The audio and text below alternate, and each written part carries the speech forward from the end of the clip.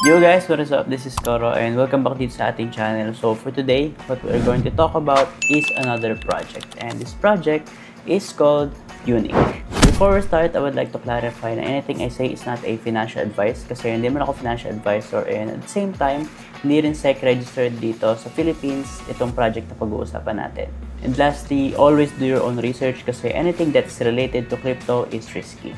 So with that said, tara po tayo sa video natin with Unique. So first off, ano nga ba si Unique? So si Unique is an OTC exchange or platform. So if ever hindi kayo familiar sa term na OTC, it is over the counter. So dito is makapag P2P tayo or yung B2B or broker to broker, no? And by the way, ito yung kanilang Twitter account or X account. So as you can see, meron naman silang 589k followers. And at the same time, followed sila ng ibang mga kilala kong mga KOLs and at the same time mga ibang friends ko katulad nila Inspec, tapos ni OX Gem or ni OX List. And right now guys, meron silang ongoing na IDO which is nag-live noong July 10, tapos mamaya visit natin yan. Pero syempre bago yun, discuss muna natin kung ano nga ba mismo si Unique. So guys, ito yung kanilang pitch deck and makikita nyo dito na founded sila noong 2022. So operating na sila few years na, no? Tapos naka-accumulate na sila ng billion-dollar volume doon sa kanilang mismong platform. So gaya ng sabi ko, OTC stands for over the counter. So dito is makapag P2P tayo or B2B. So guys, think of it this way, no? So for example, sa Binance. So nakapag P2P tayo doon pero hindi yung main focus ni Binance kasi. So si Binance kasi isa siyang trading platform and centralized exchange siya. So sa P2P naman guys, or I mean sa OTC, is nakapag-direct tayo ng trade. So for example, gusto ko mag-trade ng 1 Ethereum, tapos merong isang tao na gustong bumili ng 1 Ethereum gamit ang kanyang USDC. So hindi na kami dadaan sa mga exchanges. So yung chart is hindi rin masyadong maapektuhan. Mag-exchange na lang kami nung mismong aming currency. So for example, yung USDC niya is mapapadala niya sa akin and yung Ethereum ko, which is yung binibenta ko, is mapapadala ko naman sa kanya. So ganun nag-work yung OTC. So talagang P2P siya or talagang point to point yung mangyayari dito. So direct exchange siya ng P2P or person to person or B2B or yung broker to broker. So meron din silang report dito na noong 2021, yung OTC na dito volume is inabot ng 751 billion. Tapos yung total shares volume nito is umabot ng 9 trillion ata to if I'm not mistaken, no? Tapos meron din sila dito unique solution. So meron tayong mga OTC problems na binigay nila dito and current OTC platform problems. So sa OTC problems ng mga platforms, siguro yung mga ibang platform, di ko familiar sa iba pero I think isa dito si Whales Market. So I'm not sure if talagang OTC si Whales Market. Pero alam ko ganun din sila eh. Meron kang pwede ka mag-trade ng points doon and at the same time pwede ka mag-P2P. So for UI, UX, so system efficiencies, limited cancellation options, high fee, and lack of community values distribution. So OTC market problems naman, so lack of transparency, limited access for retail investors. So in my experience, no, wala akong masyado talaga access din when it comes to OTC. So hindi pa ako nakapag-OTC or hindi ko pa natatry to. Ang natatry ko lang, syempre mga P2P dun sa Binance, sa OKX, etc. Pero when it comes to OTC na mga pre-market points or mga tokens na hindi pa nalilist or hindi pa talaga nagkakaroon TGE, hindi ko pa siya na-experience. Ayan, so meron tayong lack of liquidity and market fragmentation, counterparty risk, and risk of manipulation. So dito nagbigay sila ng solution, so gagamit sila ng sula ng blockchain, tapos friendly daw yung UX nila or yung UI nila, tapos meron silang low fee, sabi nila. So aside from that, meron tayong tinatawag na UN token, which is yung governance token ni Unique. And by holding that, no, magkakaroon tayo ng up to 40% discounts when it comes to fee dun sa mismong platform nila or protocol. So dito guys, nagkaroon sila ng comparison sa iba't ibang mga crypto platforms. So dito nakalista si KuCoin, si Bybit, Bitget, and Gate.io. So dito meron silang pre-market chart. So meron din naman yung iba, pero si Bybit wala daw. So easy trading pre-market. So nakapag-trade kasi dito tayo ng pre-market. So sa KuCoin, Bybit, hindi daw sila nag-aalok noon, Bitget, Gate.io. So the rest is para mga usual lang naman, no? Discount trading fee, lowest pre-market fee. So these are just assumptions naman, no? And makikita natin to syempre kapag ginagamit na natin yung mismong platform nila. By the way guys, if ever nag-work kayo sa security ng Unique, so their contract is audited by Certic and Haken. So these two are reputable auditors naman. No? Tapos doon sa OTC market nila, meron silang fee na 2% lang kapag nag-successful yung trade mo. Pero kung i-list mo pa lang siya and i-delist mo siya, 0% daw yung fee nila. So wala kang fee kapag magde-delist and listing ka. Magkakaroon ka lang ng 2% fee kapag nag-success yung mismong trade nyo ng P2P or B2B. So by the way guys, bago tayo pumunta sa kanilang mismong main website para makita natin yung UN token nila na may ongoing pre-sale right now, ito yung kanilang mismong tokenomics. So ticker nila is UN. And total supply nila is 1 billion, network is in Solana. And address, syempre, updating pa lang yan, so hindi pa released. So meron silang airdrop, so hindi ko to na cover, pero may mga guides naman dyan if ever interested kayo and gusto nyo pang humabol.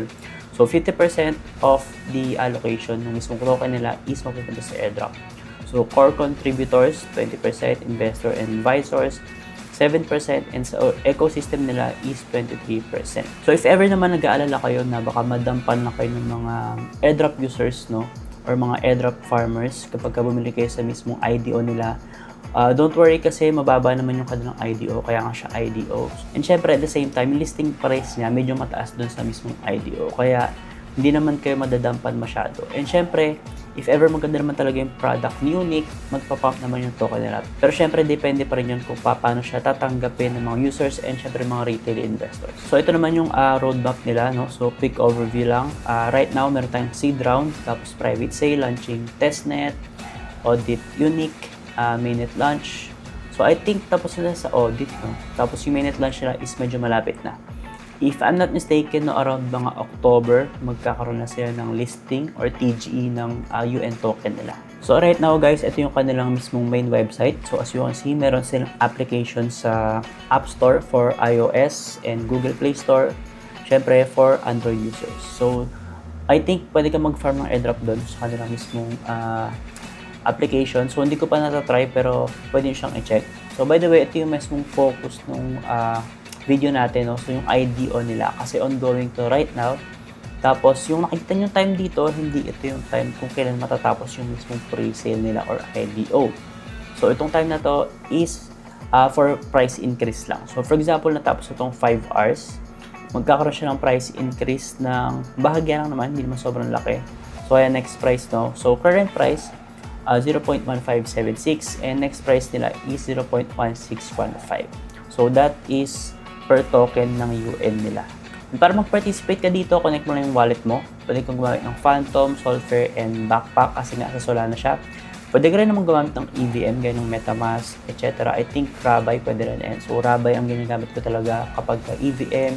And syempre, kapag Solana, ang gamit ko lang naman is Phantom Wallet. And syempre, meron din sila ditong referrals. So if ever may mga friends kayo na gusto mag-participate sa mga gatong pre-sale and wala kayong budget, ang gawin nyo na lang is connect nyo yung wallet nyo dito, kuhanin yung referral code nyo, tapos i-forward nyo sa mga friend nyo na naghahanap ng pag-iinvesta na token. And syempre, i-pitch nyo rin sa kanila ng maayos si Unique. And huwag nyo basta-basta pag-invest yung friend nyo if ever hindi nyo alam yung product or yung mismong project. So I suggest na explain nyo muna sa kanila kung ano yung mismong project na pag-investa nila bago nyo sila ayain mag-invest dito kay Unique.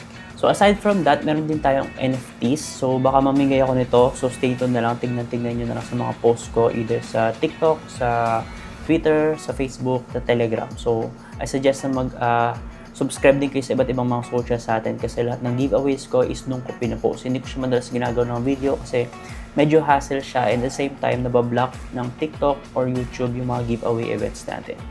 So ito by the way nga, no, meron silang NFTs. So these NFTs are called Unique Eggs.